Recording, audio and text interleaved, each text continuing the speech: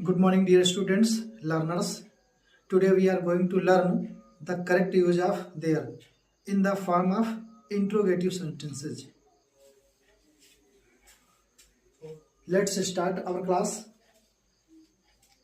सबसे पहले किसी भी टॉपिक को सीखने से पहले उसके बेसिक्स सीखने बहुत जरूरी हैं। तो आइए चलते हैं, देखते हैं आज का हमारा जो टाइटल है, सीखें देयर का प्रयोग इंट्रोगेटिव सेंटेंस के रूप में। इंट्रोगेटिव मतलब प्रश्नवाचक वाक्य, ऐसे हिंदी के वाक्य जिनके प्रारंभ में क्या आता है, और कुछ ऐसे भी वाक्य होते हैं जो इंट्रोगेटिव और नेगेटिव सेंटेंस, हम दोनों को आज इसमें कवर करेंगे। तो अगर प्रारंभ में वाक्य के क्या आता है शब्द और उसके बीच में नकारात्मक शब्द नहीं आता है, तो ऐसे सेंटेंसेस आज हम सीखने जा रहे हैं। इन्हीं को हम इंट्रोगेटिव सेंटेंस के रूप में सीखेंगे आज। नियम हमारा है नंबर 1, यदि वाक्यों के प्रारंभ में क्या हो तो अंग्रेजी बनाने में पहले verb is, am, are, was, were, फिर देयर और उसके बाद सब्जेक्ट आता है।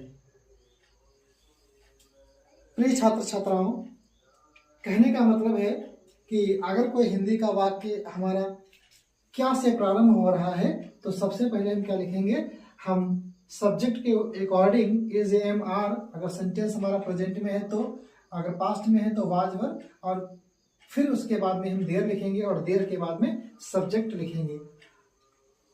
जैसे हमने एग्जाम्पल्स आपको बताने का प्रयास करेंगे, पहले से लिख दिया हमने इसलिए। तो पहला एग्जाम्पल इसमें है, क्या आपकी जेब में एक 20 रुपए का नोट है। तो इसमें देखेंगे is there a 20 rupee note in your pocket. देखिएगा, एक 20 रुपए का नोट है, तो ये तो हमारी वर्ब हो गई, और एक 20 रुपए का नोट ये हमारा सब्जेक्ट है। आपकी जेब में ये हमारा फ्रेज है। तो किस तरीके से इसको बनाया जाएगा, है एक ही 20 रुपए का नोट है, इसका मतलब सिंगुलर नाउन है, सिंगुलर सब्जेक्ट है, इसलिए हम, और सेंटेंस हमारा है जो है प्रेजेंट में है, इसलिए इज लिखेंगे। इज, सबसे पहले देखो हमने क्या लिखा, वर्ब इज लिखा, उसके बाद में देयर लिखा हमने, और उसके बाद में सब्जेक्ट लिखा आ 20 रुपी नोट, एक 20 रुपए का नोट, और उसके बाद में अदर वर्ड जो भी आपका कंप्लीमेंट हो, ऑब्जेक्ट हो, वो सब लिख देंगे।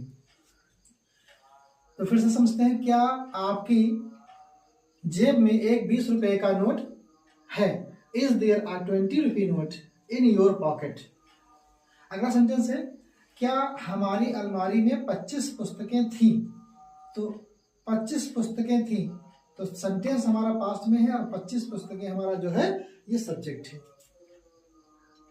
25 पुस्तकें ज्यादा हैं, इसलिए जो सब्जेक्ट हमारा प्लूरल है, तो हम वर लिखेंगे, were there 25 books in our अलमारी।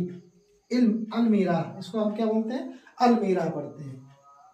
तो क्या हमारी अलमारी में 25 पुस्तकें थी, were there 25 books in our अलमीरा। इस तरीके से इसको हम रीड करेंगे। और अगला इसमें नेम है, अगर सेंटेंस में हिंदी के वाक्य में कितना, कितनी, कितने के साथ उनसे संबंधित नाउन्स भी आते हैं, जैसे आकाश में कितने तारे हैं। आकाश में कितने तारे हैं, तो देखो कितने तारे, तो तारे क्या है आपका, नाउन्स है, सब्जेक्ट है, नाम है, और साथ में जुड़ा हुआ है कितने, तो हम कितने तारे को एक पास लिखेंगे।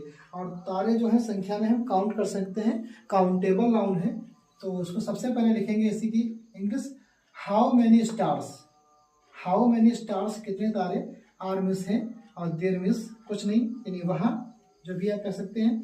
और आकाश में इन द स्काई, आकाश में कितने तारे हैं, how many stars are there in the sky.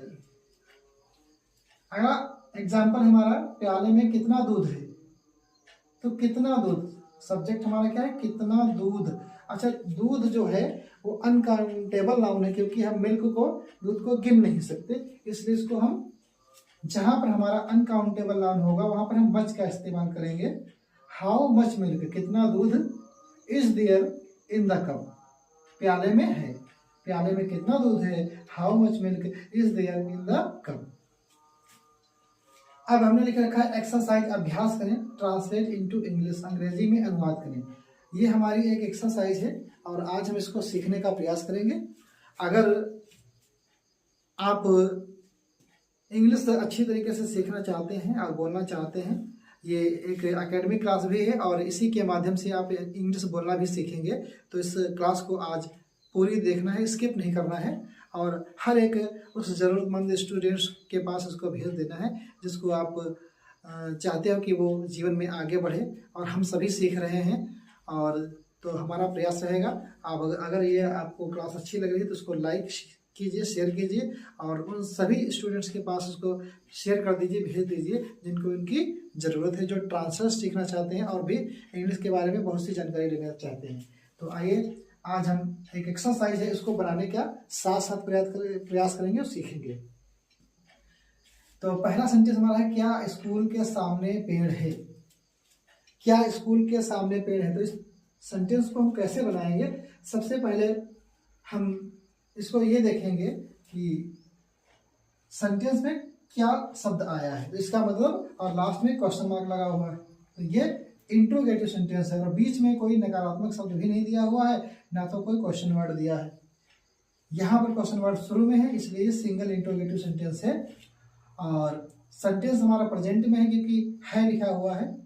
School के सामने पेड़, तो पेड़ क्या हमारा है, पेड़ हमारा सब्जेक्ट है और स्कूल के सामने ये इसी के साथ जुड़ा हुआ है। तो कैसे इसको बनाएंगे, सबसे पहले हम लिखेंगे इज लिखेंगे क्योंकि पेड़ है, एक ही पेड़ है, तो लिखेंगे is there.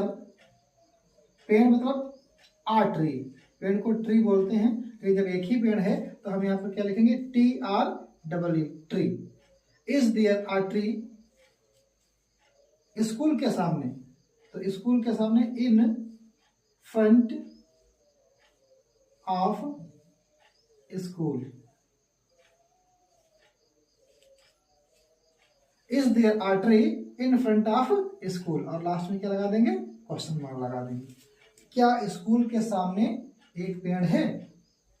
Is there a tree in front of school. School के पहले आप आर्टिकल द आर्टिकल लगा लीजिएगा तो ज्यादा बेटर रहेगा। इन फ्रंट ऑफ द स्कूल इसको कर लीजिएगा, द स्कूल, और फिर लास्ट में क्वेश्चन लगा दीजिएगा।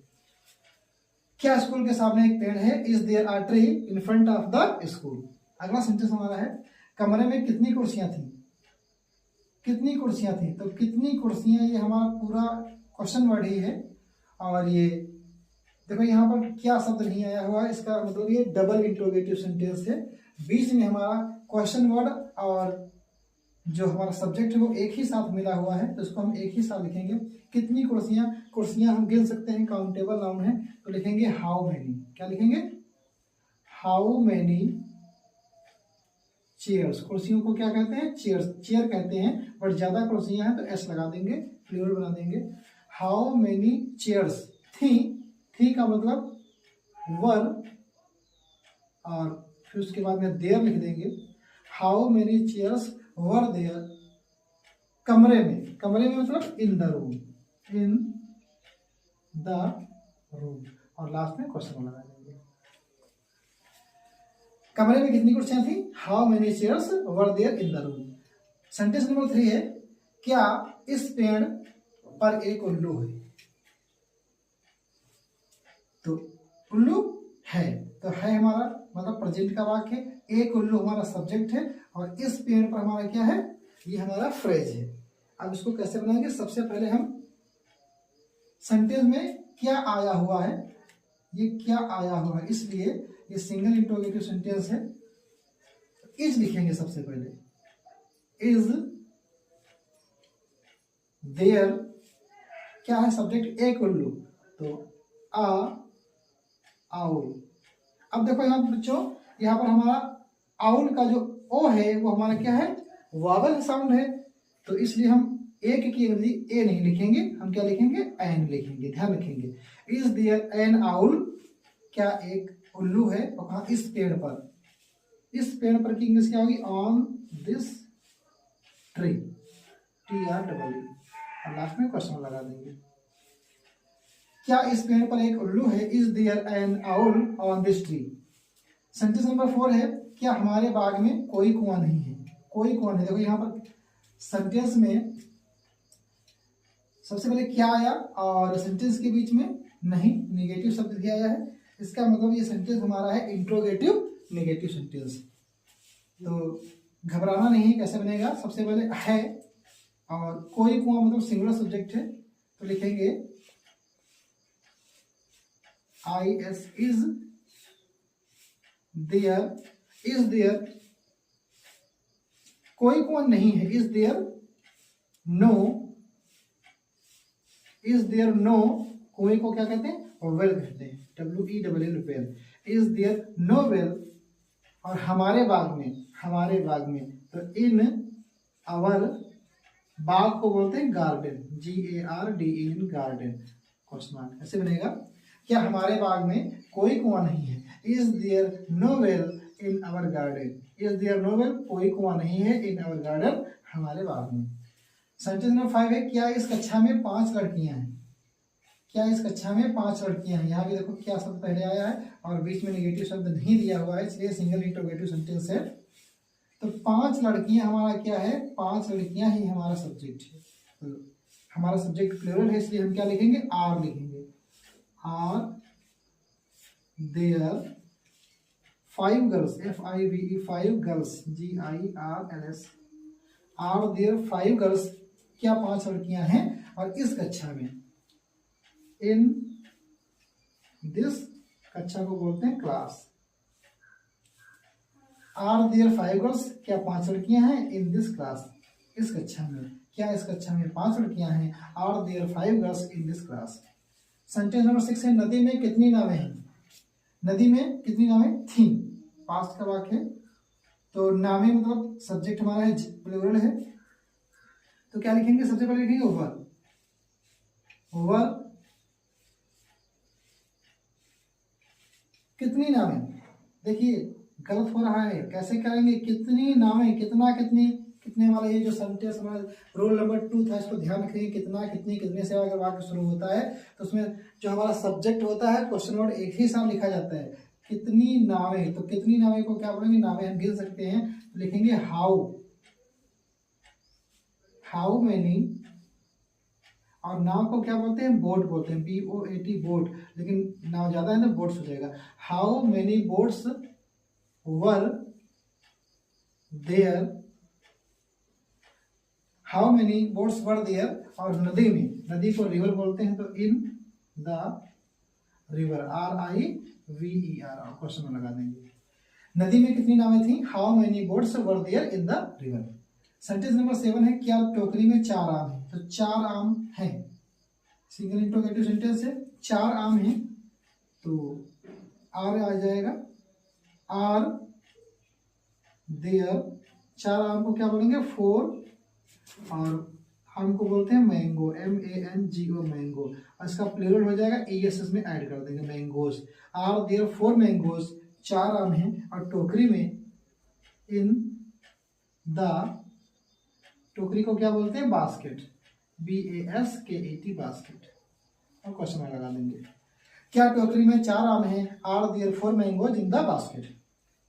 और इस तरीके से हमने आज एक्सरसाइज बनाई है, और आपको एक गृह कार्य के रूप में सेंटेंस दिया जा रहा है, उसको आप कमेंट बॉक्स में बना के इसको सेंड करेंगे। और अगर आपकी कमेंट आती है तो हमें लगता है कि आप सीख रहे हैं और बेहतर सीख रहे हैं।